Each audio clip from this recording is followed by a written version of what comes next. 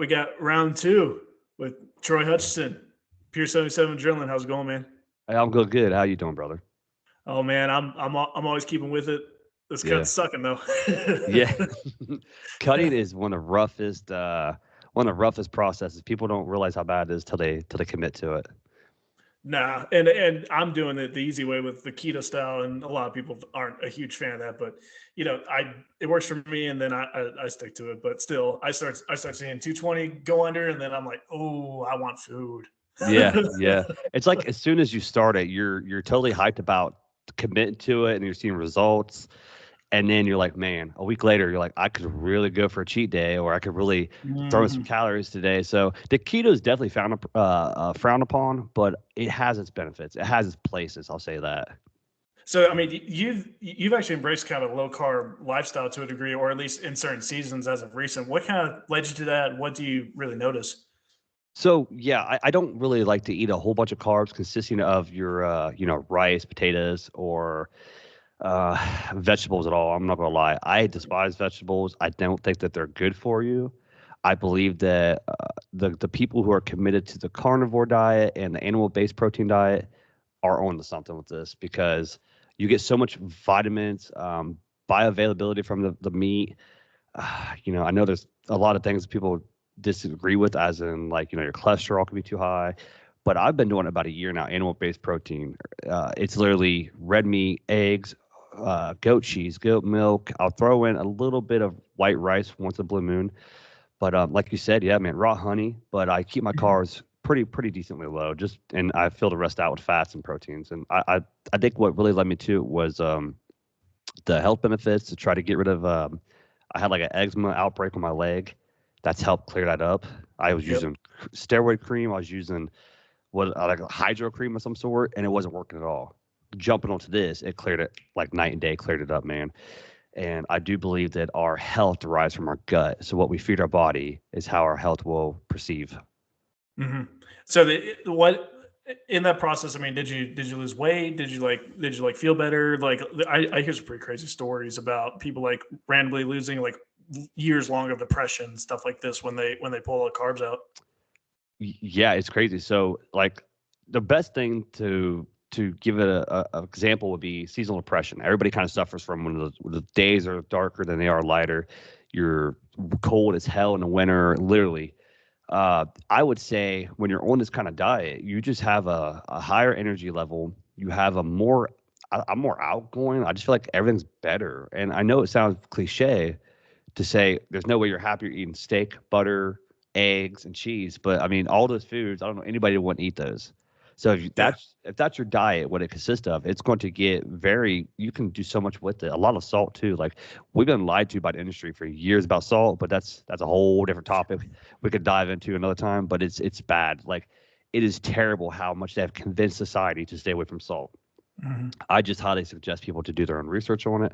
But I personally didn't cut all carbs out because I started to feel weary and weak. I was about 233 when I started the journey, Mhm. and I've been doing it for about a year and a half now. And I weighed, coming my lowest was like 210. I think I'm fluctuating around 214 right now. But I'm not trying to lose weight either. I eat a high maintenance calorie intake of Yep. 3,000 plus calories a day. So I'm never hungry. I'm not starving. I do zero cardio, to be honest with you. And somehow I still have a decently lean physique, not even trying to shred up yet. Y'all gotta see this man. This man's Instagram stories on weekends. He's got the griddle filled out in the garage. I do, man. I that's my meal prep right there, and I just throw five steaks or so, and about 4 pounds of beef, and then I'll throw a little bit of chicken thighs and bacon. Sometimes I'll throw it in there, and that's what I just eat throughout the week. And I make my eggs fresh every day, but everything else I eat. I also intermittent fast every day, about 16 to 18 hours a day. That's huge, and like we don't have to go in depth to that, but I really highly suggest that if anybody's looking to lose weight and get healthier, intermediate fast anywhere from at least 12 hours a day. It's going to change your life. Yeah. Well, so in a lot of ways, the fitness industry kind of gets wrapped up in the community with self improvement too, and probably one of your bigger stories is restoring your hairline. If you want to go into that, because you've got a lot of different series with through TikTok and Instagram talk about your journey and improving that. Yeah, so that's actually I forgot to actually mention that. I'm glad you brought that up. I actually researched that a gentleman claimed that he went to the carnivore diet and his hairline got restored. I was like, man, this is great. Like, there's no way you can restore your hairline, right? That's what I thought. Right. So then, you know, if anybody knows me, you go to my Instagram, you go to my TikTok, you'll see before pictures, before videos. And if anybody's following me on YouTube, you'll see my hairline used to be like way the fuck back here. And it was super bad. It was to the point where I was literally about to shave my head because I was just that much in denial. And then it took a couple of buddies coming together and like, hey man, like, you do whatever you want, but it's not looking good. And I was kind of insulted, like, man, you know, and I just started researching because I realized that everything in this world is opposite, you know, up, down, left, right. I've thought, well, if I'm losing my hair, there's a reason why. Other than genetics, there has to be a reason why. So it's telling, like, basically, it's your body is not getting the proper nutrition through the channels it needs to somewhere. So I'm like, okay, let's cut everything out and start over. So your typical bro bodybuilding diet is like chicken, rice, veggies, a little bit of steak here and there, tilapia, whatever it may be. I'm like, I'm gonna cut all this out and start over. And I had a buddy who was really sick with autoimmune disease, depression. He was a model for a while, and he owns a gym. And then he literally got sick, man, and just, I mean, withered away, like lost like 30 pounds, lost everything. And then he revamped himself with just steak and eggs every day. And I noticed his hair got thicker. I'm like, I'm gonna try it. And you know, again, I can't do much justice here, but you guys see I have hair. So I just don't know how to attest it to the fact that I've eaten more red meat and I've done other little things to get my hairline back. But I have to say that when I incorporate this animal protein diet, it's just been much more has happened. My hair's been thicker and healthier looking. So I don't know if it's actually working 100%, but I think it's playing a big part. Well, you're also with animal proteins. You're taking so much biotin and collagen, and just about everyone knows and understands that's better for the skin and better for the hair as well. Right. And right. that's a convenient little fact a lot of people forget about. But do you ever really like mess with any sort of like hair prevention drugs like finasteride, dutasteride, minoxidil, dermaroling, anything like this?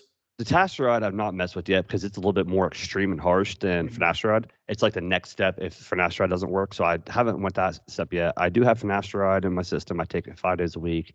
I do minoxidil 5 days a week as well. It's good to not take something every single day. You know, it's bad for the body if the body doesn't need it. And these are chemical components. They're medicines, but in a sense they're chemicals. So, you know, you need to do the research on the stuff because there is pros and cons to the stuff. Minoxidil can have a bad side effect. It does actually worsen the condition, if I can use that terrible word. It makes it worse before it gets better. So the hair will fall all the way out. And then it causes a shedding, which then causes the growth to speed back up. Yeah. So it will stimulate the hair, but it actually, like you said, causes the shedding, and then the hair regrows thicker and fuller. So I do utilize that, and I've committed to it for the rest of my life because it's something I have to apply for the rest of my life. But you can't put a price on happiness because I was struggling with I was so insecure about it. Now I don't even I'm still a little thin on top, but nowhere near what I was. It doesn't even faze me. People point it out, and I'm like, you know what, dude? Like, I have a great family, a good life. I have a beautiful woman. I don't care anymore. Like, I care enough to do the little things that I do to please myself. But as far as like a hair transplant, I don't know if that's in the future right now, but maybe one day if things worsen. But like you said, I do incorporate the finasteride, minoxidil. I do derma rolling twice a week, which for anybody who doesn't know what that is, just a little utensil that is just a roller. You roll into thin areas anywhere you would like to stimulate the growth more, and it brings blood circulation to it. I also do vitamin E every day, vitamin D3, and I have a scalp massage I use in the shower every single day I shower to, you know, scalp them or massage the scalp. And I'm trying to think if there's anything else I do.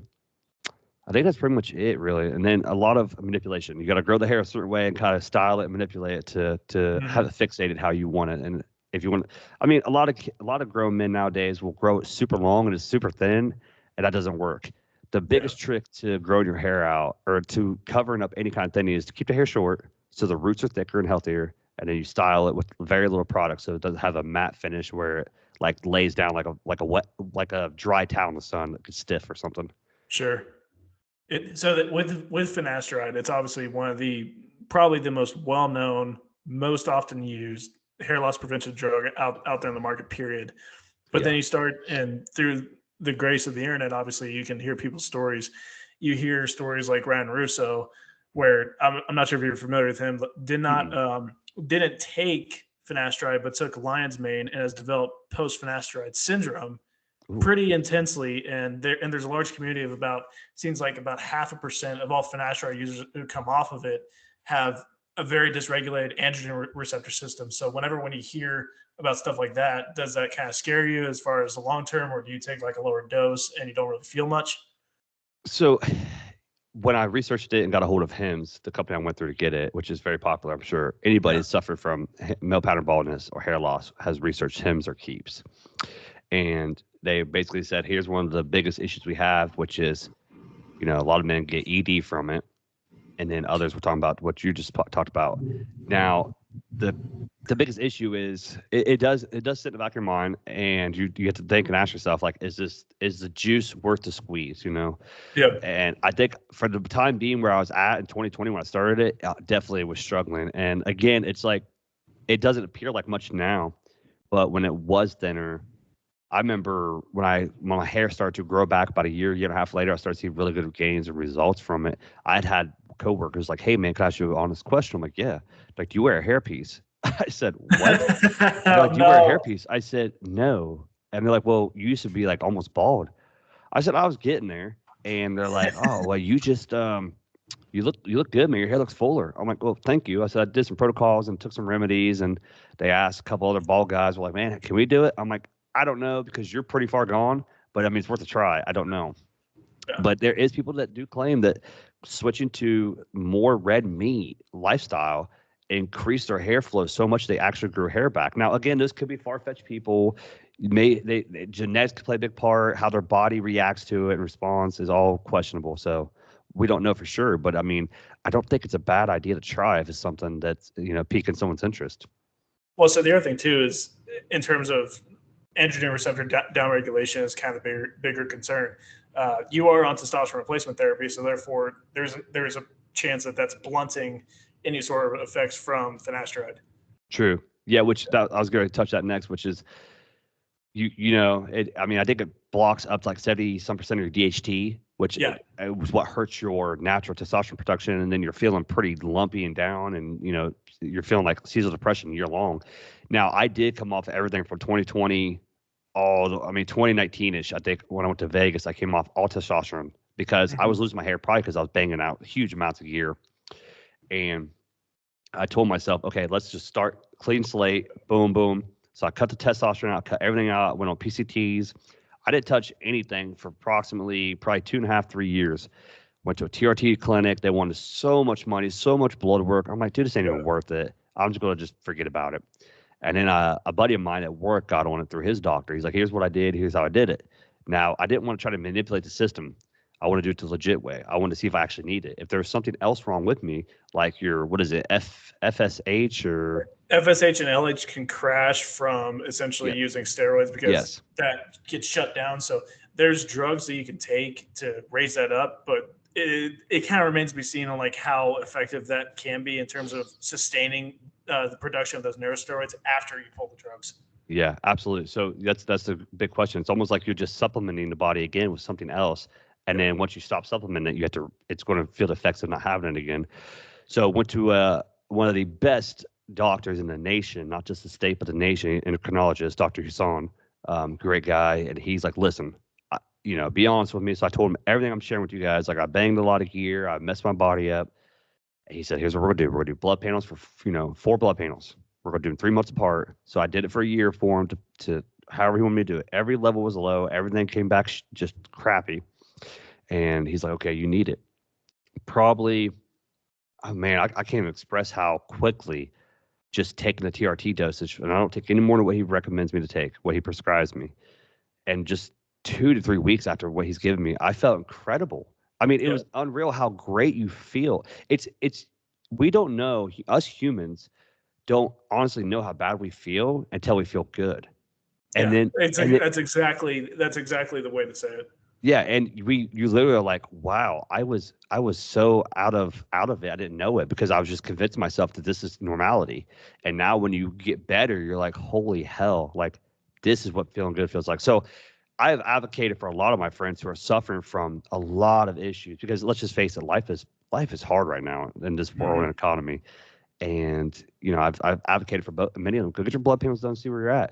And I'm telling you, probably 70% of the guys I tell to go to a doctor and get their blood work done have been placed on TRT. So there's something in the world somewhere that is causing men to lose testosterone.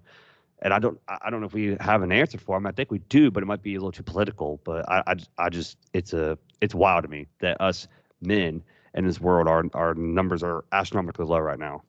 Yeah.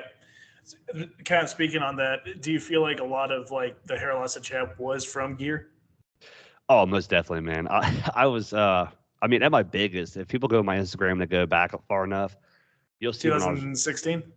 16 to like 18. I was running test, trend, master on Anavar.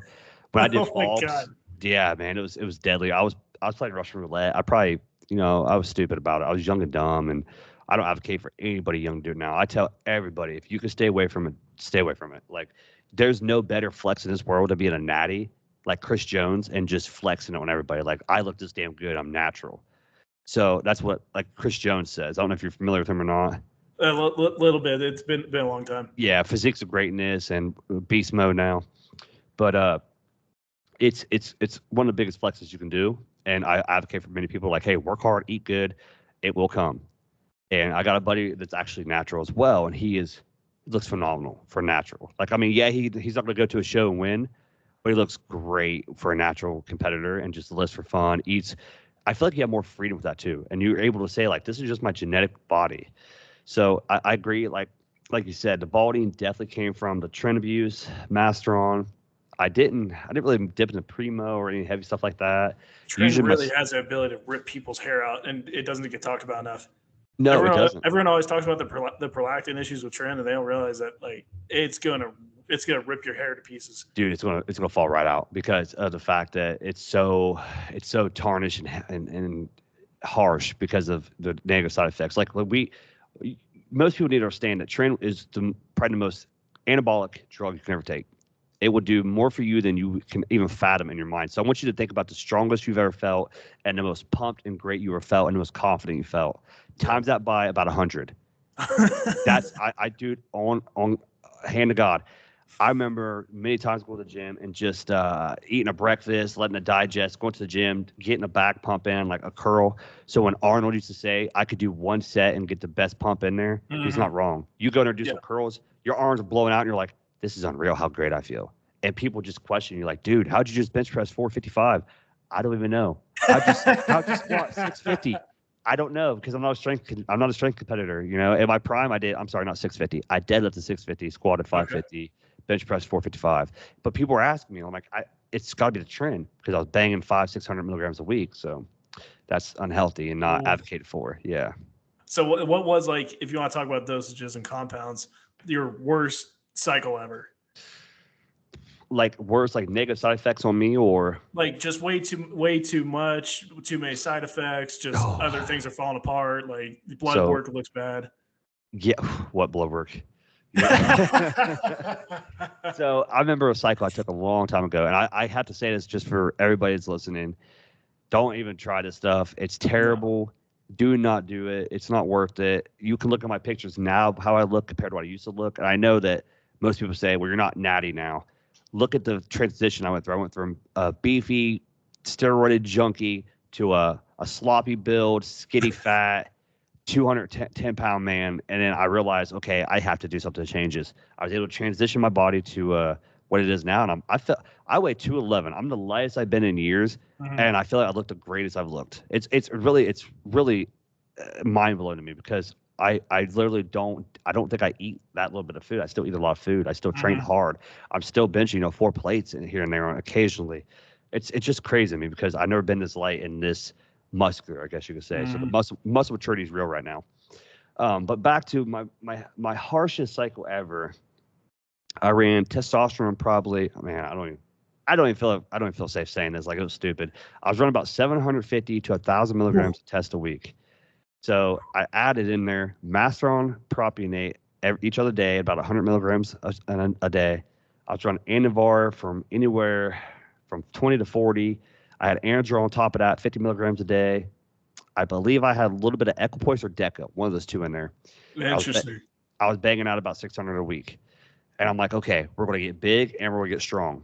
Now, I remember having headaches and I was ignoring them. I'm like, oh, it's just, I'm probably dehydrated. No, my blood pressure was sky high. Oh, and no. Yeah, sky high. I remember at work one day, I put the thing on the blood pressure machine, and I was reading it. It was the cuff, yes. And it was, I was pretty flattered too, because they're like, we have to get the big cuff out. You damn right you do. So they have to get the cuff out. And I'm like, oh my gosh, like my blood pressure was stupid high. Like the upper number is never really the issue. It's always the bottom number. And it was really high to where they almost called a squad. And I'm like, no, don't call a squad. They're like, well, what's wrong with you? I was like, I just got done running. They're like, why were you running? I was like, to a man down. I work in corrections, so it makes sense on that. But I didn't. I literally just walked there, and that's all I did. And I was that high. We talk like 160, 110? So I think it was like 170. Oh my God. Yeah, it was high. It was bad. And that's when I freaked out, and I was like, okay, I got to take something. 170 over like it was one, I think it was 110. It might be like 105. It might have been 112, 115 if I think about it now. So it was high. They were talking about calling a squad, and I talked him out of it. And I went to a buddy that was actually the one that got me on the stuff and got me hooked up with it. I was like, hey, my blood pressure is whacked. He's like, cool. He gave me some kind of remedy to go get. We threw it together. It was supposed to help. And I remember getting headaches, lightheaded. I was hungry nonstop from the trend, because trend will make you just marvelously starving. Like you can't stop eating. Like it's how much trend were you doing? About 400 a week. Wow. Yeah, it was bad. So we're talking over 2 grams a week. Yeah, of supplements. Yeah.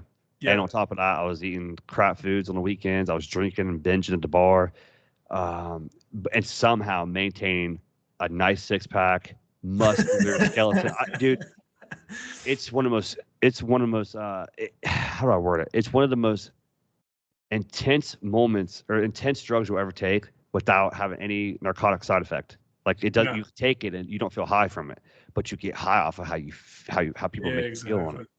And so actually fast forward about 4 or 5 weeks on that cycle, and I had to stop it because I was holding water, my ankles were swelling, my joints were hurting so bad to where my muscles were growing stronger, but my joints and ligaments weren't catching up. They weren't able to grow stronger as quickly. So my elbows were hurting, my shoulders, and then I remember I came off all of it but test, and I think the Anavar. And I dropped almost instantly in 2 weeks or less. I dropped probably 15 pounds. Oh my goodness. Yeah, I went from like 245 to like 230, and people were like, dude, you good? I'm like, yeah, I'm fine. Why? Oh, it looked like you're losing weight. Like, I'm dead. But it just, nothing lasts forever. And that's where so many bodybuilders have died recently because of these abusing anabolic steroids and HGH and taking peptides they don't understand. It's just so much that I wish people would listen to other people that have been through it. Like, hey, I'm trying to help you. I'm trying to give you the secret here. Like, you're wasting your money, your time. That's the biggest thing. You're wasting so much money because once you come off this stuff, you are going to lose all them gains, no matter what you do. Do you remember if you were taking Caber for the trend? Most definitely. I had to get some Caber. Prolactin issues were real because I was having, I don't know if I was having itchy plus sore tenderness there in the chest area. Yep. Where I couldn't even wear a shirt sometimes because it was just so tender. Yep. And that was real. That was from the trend, obviously, in the master on, I think. I was having something else too. I wasn't having a whole lot of ED issues, but I was having a lot of sleep issues from the trend and night sweats. Night sweats. Yep. Trend cough. Trend cough is serious. You can almost taste the metallicness every time it happened. You could just taste metal, copper. You're like, holy crap, what is that? Like, I remember one time I fell out. I didn't fall unconscious. Sorry. I fell down because I couldn't breathe. I was holding my chest. I'm like, I think I'm having a heart attack. And my wife at the time was just like, what is going on? I'm like, I don't know. I researched it and it came up trend cough. Call my buddy. Hey, what is this? He's like, oh yeah, it's just trend cough. And then he says, don't worry about it, man. It'll go away. Like, I thought I was dying, bro. What do you mean it'll go away? Like, I thought death was taking me. So again, this is my experience. I don't know. Some people may not have that experience, but I think it's pretty important to bring up the fact that Chris Brumstead himself was talking about trend and said he hasn't taken it in years because he didn't like how it made him feel. That's how potent this stuff is. Well, he's also having issues with his kidneys, and it's something where it's like an autoimmune thing. He's talking about getting a kidney transplant at some point, and Tren is probably one of the only drugs out there that would directly harm your kidneys. Yeah, absolutely. So That's scary as hell to me because the kidney can't regenerate like the heart or the liver can. You can have Right. high liver enzymes in Anavar, pull the Anavar 6 months, it's fine. You can have like was it the left ventricular hypertrophy, which bodybuilders will develop. The scary thing is if you don't come off the stuff, and that can actually shrink back down over the course of a couple of Right. years. Kidneys they cannot regrow back, and that filters your blood and everything. Yeah, he's dealing with that, and like you said, a lot of bodybuilders had those issues with kidneys. Flex Wheeler was one. He had a lot of Mhm. issues with his kidneys, and he had arguably one of the greatest physiques in history of bodybuilding. Oh yeah. I think he was one of the. I think he's by far one of the most uncrowned Mr. Olympias in the world because how great he looked. But I guess that's what happens when you go against 8-time Mr. Olympia Ronnie Coleman. You know, but no now way, no way, be Ronnie Coleman. no, man. I mean, Jay got that one on him, and that was it. And then Ronnie was done. But, Flex obviously is. I think he's missing half a leg now, and Yeah. he's fucked up, man. But it's just it's the pro. You have to. I mean, what's your goals? That's where I always ask people like, they want to run a cycle. Well, what's your goals? Do you want to live a long time? Do you want to live a long, happy life? Because you're going to have medical issues. You do this for a long time at our age. I'm 35 years old, and I've done what I'm speaking on was just 6 years ago. I was doing this stuff, Mm-hmm. and I'm already feeling healthier, looking better. I will say this: that steroids will make you look older. They age you, and people are like, "No, no, no, man. That's just because no, it's the stress on the body. The body can only handle so much stress before it starts to have a direct correlation to reflecting itself on your physical appearance." So, another great example would be Seth Fiorce. I love his content. I love what he represents. Feroce, yeah, sorry. Yeah, Feroce. Yeah, Seth Fiorce. And he just looks old. Now, he's not much older than me, but it's just the fact that he just had a stressful life due to all the gear he ran. And he admits it. He tells everybody, it has aged me a couple of years, but he's back on the path of what's called fuckable and functional. So he's back on that lifestyle. So that's good.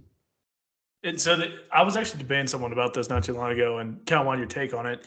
And maybe it's different for just TRT or run steroids, but does steroids actually age you, or do they give you just the face of someone with high testosterone, and that's correlated, at least in our society, with age and experience? That's a good way to ask. That's a good question actually, because I think you're right. I think it might give them the face. Again, I think everything comes down to your skin texture, your skin tone. Everything like that comes down to stress correlated through your life, cortisol levels, estrogen levels, whatever, testosterone levels. So I think you're right, because with higher testosterone comes higher estrogen, and then what happens is the body reflects that. So you'll have moon face is what they call it when you're on. You can almost instantly tell when someone's on cycle, their face gets pudgy. Deca, D-ball, anything, their face looks like it gained 5 pounds. Yeah, exactly. So I think that's a good way to point it out, is that maybe the drugs have a direct correlation to just make the face look aged and used like you're using, but maybe not the body. Because I will say that a lot of older men that are on TRT, because as we get older, our body doesn't have it, and it's one of the biggest components we need as men to be men. And that's why they prescribe to people that try to transition, because it's that important. So I have to agree that, it probably does that. Now, on the other flip side, you have people like Michael Hearn, who talk crazy. Crazy genetics too. But he takes peptides, he takes all this stuff, and he's got great skin, great hair, physique of a god, because 50 years old, to have the body he does and the strength he has. I mean, he can claim natural all day, but we all know. Stevie Wonder can see that he ain't. So that's just straight up what it is. Yep. So the one thing that is pretty well known is how that trend can affect your psyche pretty massively. Some will say, incredible confidence. Others will say terrible paranoia and crippling anxiety all the time. Did you notice any effects within, and comment on it as you can, like effects in your relationships at the time that you were blasting trend like that? Yeah, you're more edgy. You're more irritable. When something goes wrong, it goes very wrong. But as you said, there is good to it. Like, I felt confident. I felt good about myself. I think it might have led me down a wrong path in life at one time, but it just, how do you word it? As I said earlier, the juice wasn't worth the squeeze. It wasn't worth it to me. Yeah, it was cool to reach my physical limits and surpass them, as impressing the heaviest weight I ever pushed. And I have it all in film. So it was great to get all that in film, and I could look back on it and reminisce about it. You don't have to think what if. Right. Exactly. And it's just, yeah. I mean, I ran it because I thought that was the cool thing to do. But like you said, it does mess with you psychologically. You become somebody you're not. And then when it's, you get anxiety. Like I never had anxiety in my life, man. And I was having it while I was on that stuff. I was paranoid that somebody was trying to get me. I was paranoid that somebody was going to come around and, you go out to the bar, you're with your guys. Usually you're open and you're introverted or whatever it is, extroverted. If you're extroverted, if you like to be with other people. Yes, you're more extroverted when you're like, going out, but when you're on the stuff, you're more introverted. You're like, I want to go home. I don't want to be here because you're just paranoid over nothing. So it's definitely very, very heavy on the psychological ability. It's psychologicalness of your body. It's just terrible, to be real. And not anybody I've ever talked to has ever said they've never had some kind of reaction like that. They've all anybody I know has done it. I know quite a few people. They've all said it has done something to them mentally. Yeah, the trend definitely gets a little bit over glamorized. And when you hear the real stories, like, ooh, that's a little. I don't know if I want to touch that. Right, and it's just very. I mean, we can't go more depth in this than what we're saying. It's just harsh. It puts a beating on the body. Imagine every day you're working out already, punishing your body, you're feeding it or overfeeding it because you want to gain muscle, and then you throw in a component that's not even doing anything to preserve your body. It's actually destroying your body. So your muscles, in the sense, are almost like your body's almost fighting for its life against you, and that's why you have such negative side effects, because your body's like trying to rebel against this chemical component you've given it. It's like, I don't want it, I don't need it, I don't know what it is. So that's something people need to think about. Like, yeah, you're gonna get huge and jacked, but lose your hair, age 10 plus years in a year, lose all your gains. I mean, look at, I don't even know. Like, you can look at like Christian Guzman. He banged some gear to get where he was at, and now you look at the guy. Yeah, He's looking rough nowadays, and I don't mean any disrespect to him. I'm just calling it how I see it. Call a spade a spade. He's just looking rough. Mm-hmm. Well, I mean, at least you could look at it as a fun time and pass it the past, because you're definitely focused more on the health now. Absolutely, man. It was a great experience, nonetheless, and I think that everything in life is experience and a lesson learned. Nothing is just to go through. We all learn something from it. So I agree with you right there, 100%. And nobody should ever look back on something they did, unless it was pretty treacherous. But I don't think anybody should look back on something they did and go, man, I wish I didn't do that, because there was something you took from it or something you learned from it. So that's the way you got to look at things. A fun little venture that you had later after the steroid use is that you actually helped formulate a pre-workout, Bravo 6 Elite. Yeah. So my buddy actually designed. He actually opened he works for a company down in North Carolina. We met through Twitch on Twitch.tv. And I stream, and he was streaming. We start talking. He used to follow the YouTube channel, and then he's like, "Hey, man, I think I'm gonna make my own pre-workout." I'm like, "Cool, man. Let's talk." And he did everything. It's his company. He just sent me things and names and logos and taste, and I did taste tests for him. I gave him ideas. I gave him feedback. He would make a product, send me samples of it. I would try it, let him know how it was. Okay, they should add more of this. They should take this out. They should add this. So he come up with this formulated, I think, a great supplement. Like, it may not be top of the line, but it's a great supplement. It's really hard to hit the top of the line when you have all these options right now. But he's done very well. He's revamped it numerous times to make it just right. And I think recently, when we last talked, he's super busy. He got a promotion in his 9-to-5 job. Plus, he's doing his own job, has a family, all that stuff. But he said that he's slammed so much he has no free time because of his side business. It took off. So his supplement line did take off. And it was a great experience to be able to like witness his growth from beginning to the end, or I'm sorry, beginning to the present, and watch him progress and just see where he's going with it and how he's taking it serious. Like, yeah, he's a small guy right now, or was a small guy, but he took it serious, and he had a dream and a vision, and he did it every single day. He did the things he needed to do to get where he's headed now. And it's like, I kept more proud of him, and I'm proud to, grateful I got a chance to be a part of that at the beginning. Well, so I got it right here, and this sucker is strong. So yeah, dude, I love it.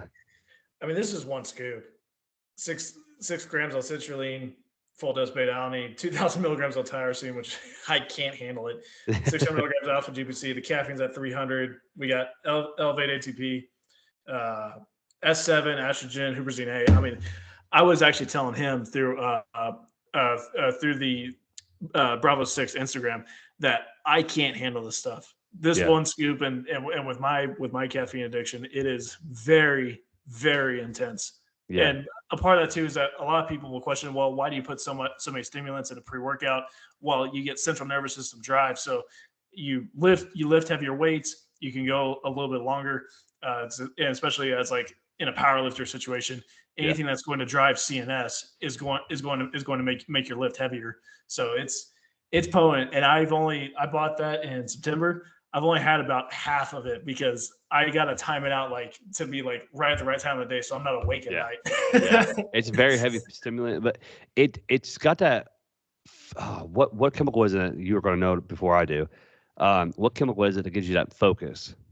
It's mostly going to be the L-tyrosine and the alpha GPC in combination, because those are going to drive dopamine and choline in the brain, where it's just like tunnel vision, laser focus. Dude, I remember the first time I took it, he sent me a container in the mail. So it's crazy because I ordered one to support him, and he sent me one too at the same time. He's like, dude, you'd have to order one. I already sent you one. I'm like, bro, you're my dude. I'm going to buy one to support you because that's what I do. I want to support my dudes, my friends, anybody I have respect for, I love for, I'm going to support them.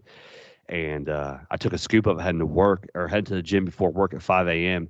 And I had this immediate happy feeling and tunnel vision. And I'm like, why do I feel like this? He's like, oh, it's these two ingredients. I'm like, this is amazing. Like, I need this feeling every morning. But like you said, it's like anything though. Like, you're going to get less of that feeling the more you take. So you have to build a tolerance up. So I literally do probably about a half a scoop every third or fourth workout I go to, so I don't take it every day because I like to keep that tolerance down where when I do take it, I can feel it. And then some days I won't take any pre-workout. I'll take a cup of water. I'll put a bunch of Himalayan salt in it and a little bit of baking soda, stir it up, drink it, go to the gym, have a nice pump and a good workout. So, but pre-workouts do have their places. I believe that if you want to have any kind of goals, if you have any goals set to like get bigger, stronger, leaner, pre-workout should be like one of the last ones, to be honest with you. You should focus on getting your food intake in, getting your vitamins up to date. Pre-workouts are a necessity to some people, but at the end of the day, they're not going to make you big or cut. They're not going to shred you out or make you big. So that's actually something I want to talk about, which is the pre-workout is the fun part. And this happened to me tonight because I was walking around Walmart getting my groceries, and in this one Walmart, the pre-workouts are all locked up in the cabinets and the bins and whatever. The protein powder is over on the other side, and it's just wide open, like ready to be taken right there. You don't need anyone to come swipe or key in and then get it out for you. I was blown away. I couldn't believe it. Yeah, because I mean, the pre-workout's not going to do anything substantial for you. It's going to get you wired and maybe give you a little bit of energy. Mm-hmm. Now, some pre-workouts are just full of junk and BS that you're going to crash hard on them. Once you're going to be up to here, and your body just crashes. And again, there's a more scientific, explanation to it, obviously. But like you're saying, the protein's going to serve you more purpose long term. It's going to help you hit your calories. It's going to help you give you a clean source of protein if it's a good protein. So to me, when you lock up something that's valuable, I would lock up the protein over the pre-workout. Exactly. Yeah. Like you think in the perfect world, like everyone's going to be trying to steal the protein powder. Right. Absolutely. And it's just wide open and available. And even two of the things were on sale for discount. That Walmart's got it backwards. I mean, whatever makes it feel safe, I mean, because anybody wants it, they'll get to it, obviously. So it's like, you're in Colorado, correct? Yeah.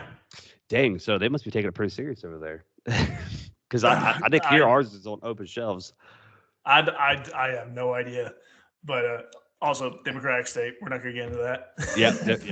Different outlooks, I guess. So what can we expect for you in 2024? That's a good question, man. So as I mentioned before in the previous podcast, and I'll mention again, is I'm a corrections officer at a local prison, make decent money. I took a temporary position. They stuck me on third shift, and I'm transitioning my life from my first shift life to third shift life as a family man, as a small content creator, as a person that was getting to his routine of doing things. I transitioned all that back in October.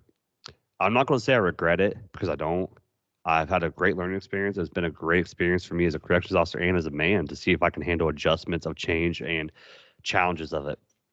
And I like challenges. So, switching back soon, I go back in like 3 weeks to my regular routine. It's going to be awesome because now spring's coming, the warm weather's coming, my kids' sports coming. It's like this is going to be awesome, going back. So, it's this year. My plans were, and about November, I set a goal out before even 2024 came. I'm like, I'm going to do better for myself. I'm going to do better for my kids, my girlfriend, my friends.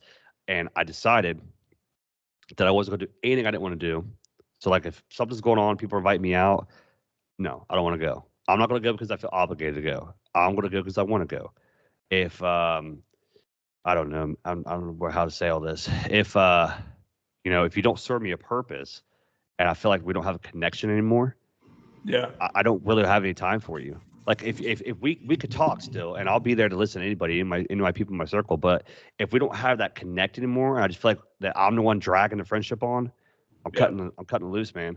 I have too much going on I'm trying to grow my Twitch back again. I'm trying to get my TikTok up and going again because, and YouTube's something I don't think I ever pursue again because I have no interest. Like I have zero interest to do that shit. I just don't care to. It's too hard of a world. I'm not going to fake it. I'm not going to fake a smile. Like I'm happy and blessed where I'm at. I don't need to put that on camera. Like if we could talk still, and I'll be there to listen to anybody in my people in my circle. But if we don't have that connect anymore, and I just feel like that I'm the one dragging the friendship on, I'm cutting it loose, man.